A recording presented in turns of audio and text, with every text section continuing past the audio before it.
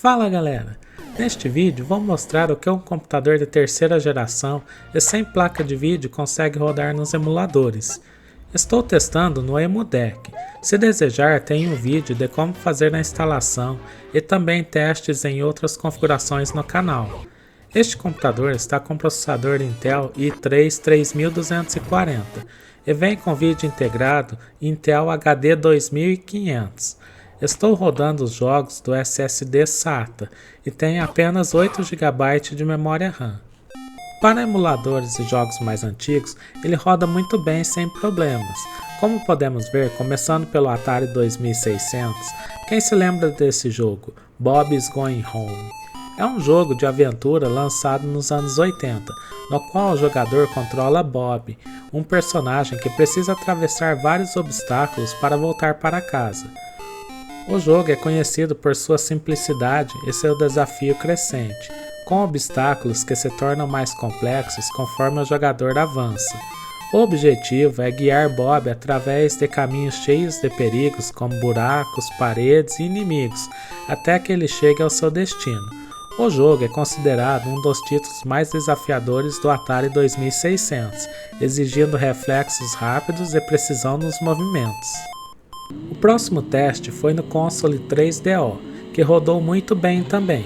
Fiz o teste em Mega Race, que é um jogo de corrida futurista lançado em 1994 para o console 3DO e também disponível em outras plataformas da época.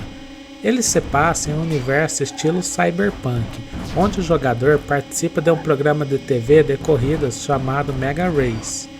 O objetivo é eliminar adversários em pistas cheias de armadilhas, obstáculos e curvas perigosas, tornando-o seu campeão.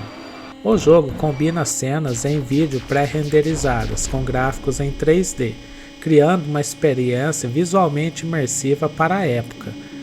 Acompanhado pelo apresentador fictício Lance Boyle, Mega Race é lembrado por sua mistura de ação intensa e humor sarcástico, fazendo dele um clássico cult para os fãs do 3DO.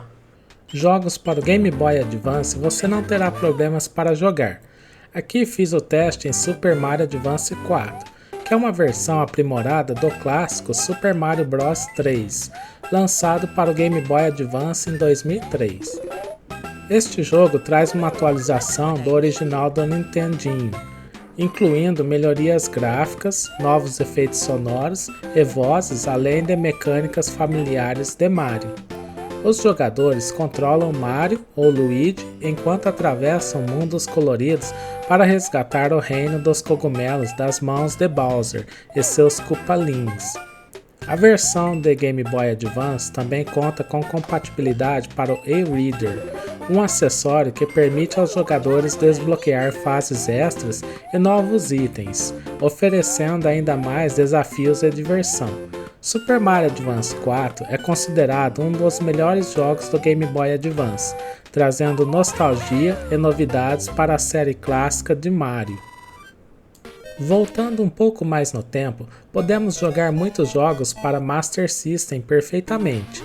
Aqui testei Alex Kidd in the Miracle World, que é um jogo de plataforma lançado para o Master System em 1986, e é um dos títulos mais icônicos do console.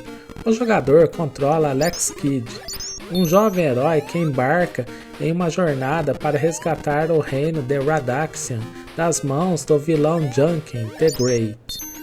O jogo se destaca por sua jogabilidade única, que combina fases de plataforma, desafios de resolução de quebra-cabeças e até batalhas de pedra, papel e tesoura contra chefes.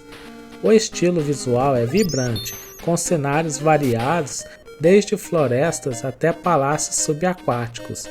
Alex pode usar habilidades de luta e coletar itens como motocicleta e o helicóptero, que o ajudam a avançar nas fases. Alex Kidd in the Miracle World é lembrado como um clássico do Master System e para muitos jogadores é uma das primeiras grandes aventuras da era dos 8 bits. Prosseguindo para o sucessor de 16 bits da Sega, também conseguimos jogar todos os jogos e ter muita diversão no Mega Drive. Aqui testei no Capitão América e The Avengers, que é um jogo de ação em beat'em up lançado para o console Mega Drive em 1992, baseado nos famosos personagens dos quadrinhos da Marvel. Neste jogo, os jogadores podem escolher entre 4 Vingadores: Capitão América, Homem de Ferro, Visão e Gavião Arqueiro, e devem combater uma série de inimigos para frustrar os planos malignos do vilão Caveira Vermelha, que quer dominar o mundo. O jogo inclui fases de luta contra ondas de inimigos e chefes icônicos do universo Marvel, como Ultron e Mandarim, além de fases de voo onde os heróis enfrentam inimigos no ar. Com jogabilidade cooperativa para 2 jogadores e gráficos coloridos, Capitão América é um dos títulos que marcou presença nos arcades e que se tornou popular entre os fãs de quadrinhos e jogos de ação da época do Mega Drive. Se você jogava ou até mesmo nunca jogou, pode ter muita diversão também com o Sega 32X. O jogo escolhido foi o Afterburner, que é uma adaptação do clássico jogo de combate aéreo originalmente lançado nos arcades pela Sega. Lançado para o 32X em 1995, o jogo coloca o jogador no controle de um caça F-14 Tomcat, em missões intensas para destruir esquadrões inimigos em alta velocidade. A versão 32X aproveita o poder gráfico extra do console para oferecer uma experiência visual melhorada, com gráficos mais suaves e uma sensação de velocidade maior, simulando as acrobacias aéreas e combates frenéticos que caracterizaram a série. Afterburner no 32X é famoso por seu ritmo acelerado, jogabilidade arcade simples e diversão imediata, sendo um título de destaque para fãs de simuladores de voos e jogos de ação.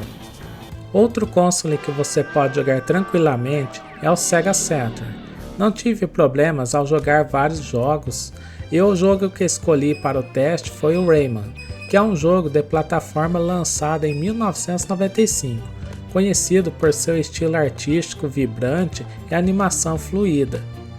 O jogador assume o papel de Rayman, um herói sem membros, que deve atravessar diversos mundos mágicos para salvar criaturas chamadas Electums, capturadas pelo malvado Mr. Dark.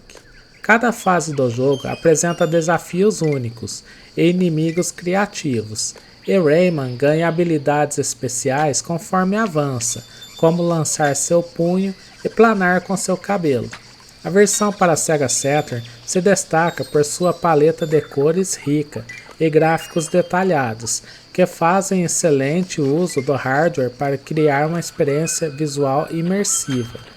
Rayman é lembrado como um dos grandes títulos de plataforma dos anos 90, com uma jogabilidade envolvente e uma atmosfera encantadora que atrai jogadores de todas as idades. Se você gosta de Neo Geo CD, você pode jogar vários títulos e ter muita diversão também. Um dos jogos que eu gosto muito é o Samurai Shodown 4, Amakusa's Revenge. É um jogo de luta lançado em 1996 para o Neo Geo CD, sendo o 4º título da aclamada série Samurai Shodown da SNK.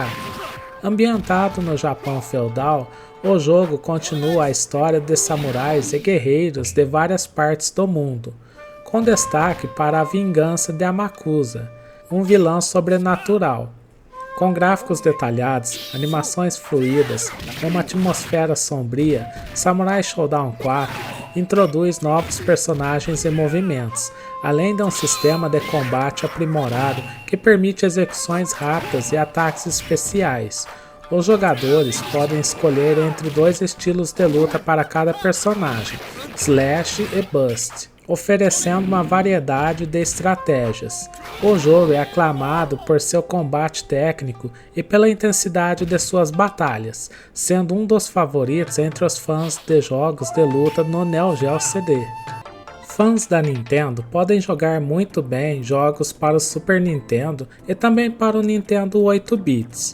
Aqui estou me divertindo com Super Mario Kart, lançado em 1992 para o Super Nintendo.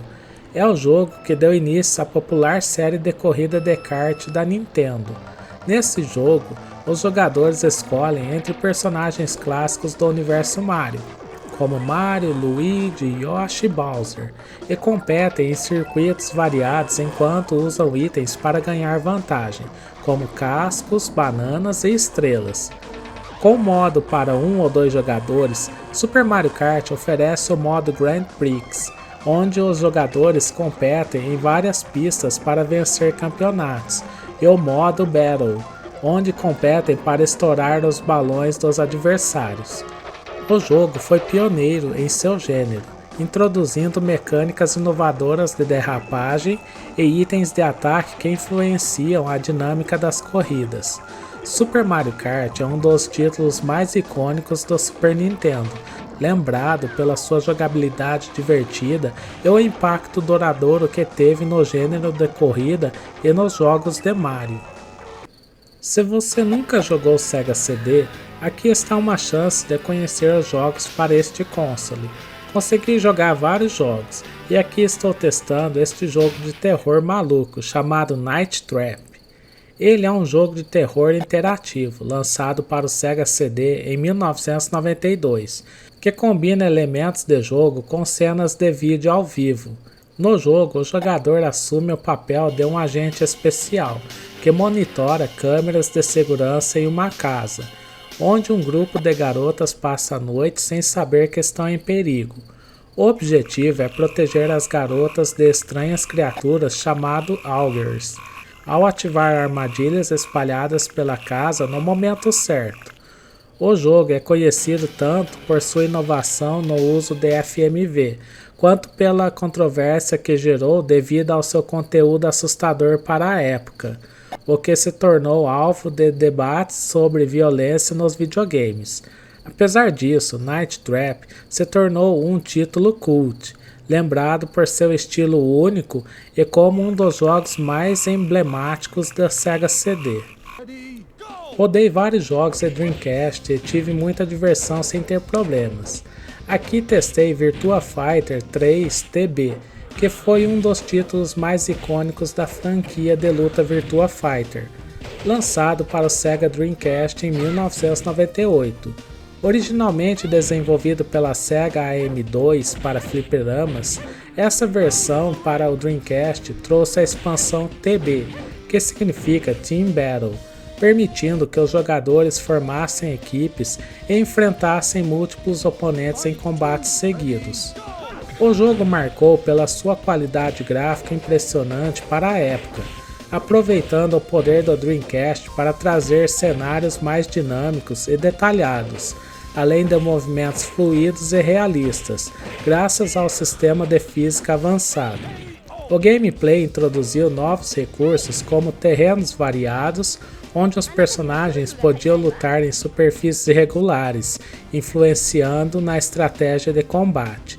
Apesar de ser elogiado pela fidelidade em relação ao arcade e pelos gráficos, Virtua Fighter enfrentou críticas por não inovar tanto quanto seus antecessores, mas ainda assim é lembrado como um dos grandes títulos de luta do Dreamcast e uma experiência essencial para os fãs da série.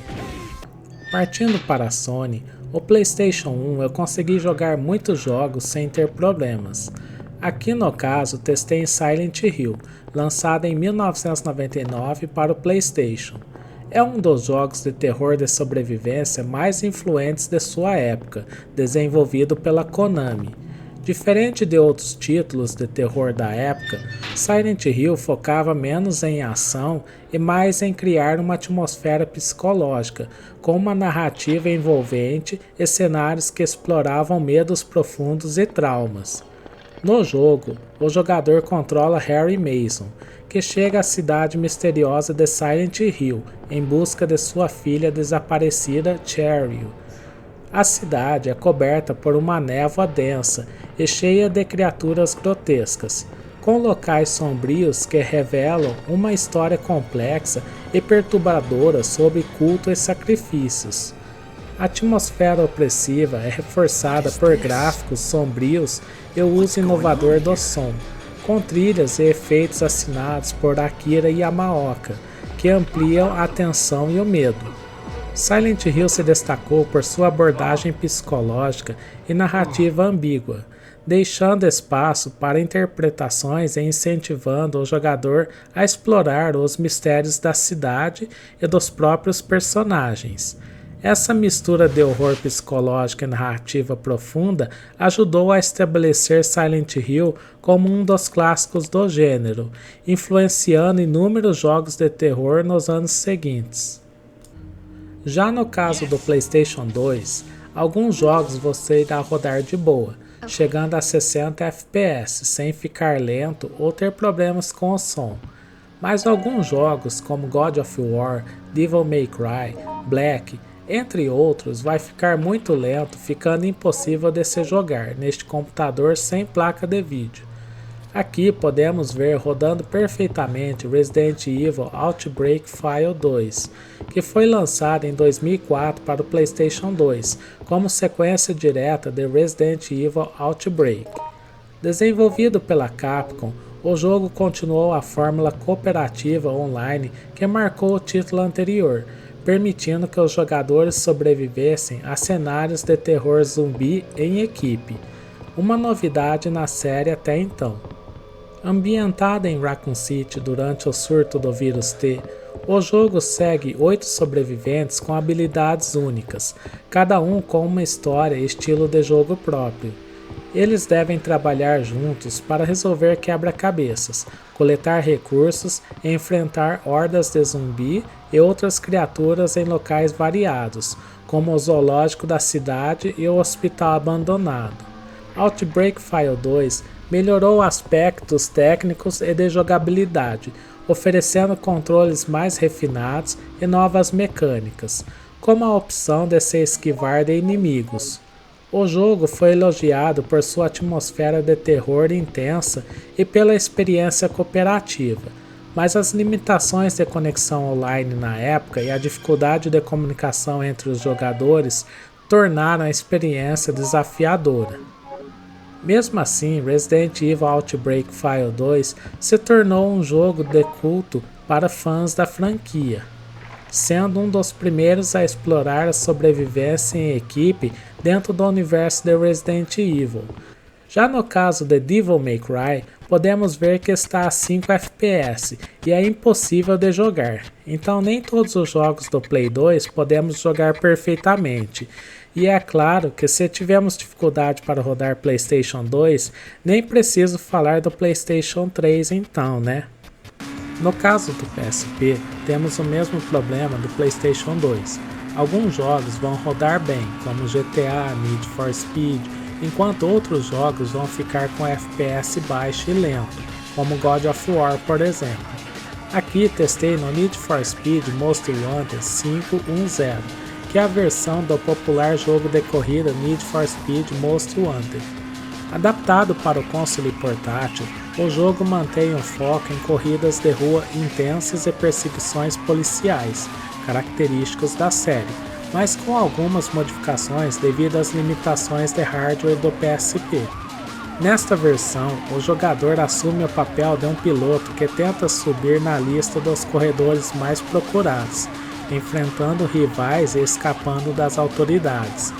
O modo carreira permite desbloquear novos carros e peças de personalização, enquanto o modo takedown se destaca ao colocar o jogador diretamente contra policiais em uma série de desafios emocionantes. Embora não seja uma cópia exata do Most Wanted para consoles de mesa, Need for Speed Most Wanted 5.10 oferece uma experiência divertida e intensa para o PSP, com gráficos sólidos e uma boa adaptação de jogabilidade que conquistou fãs da franquia.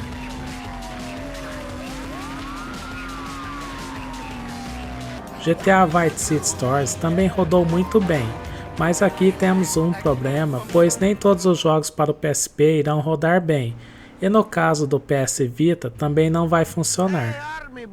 Outro emulador que você não irá conseguir jogar e que pode ser uma tristeza para muitos é o Nintendo 64. O jogo fica bem lento e o áudio picotando e lento também. Testei vários jogos, mas todos praticamente ficam assim, como podem ver no vídeo. O Nintendo GameCube você também não irá conseguir jogar. Ele nem vai abrir o jogo, por precisar de uma placa de vídeo mais potente.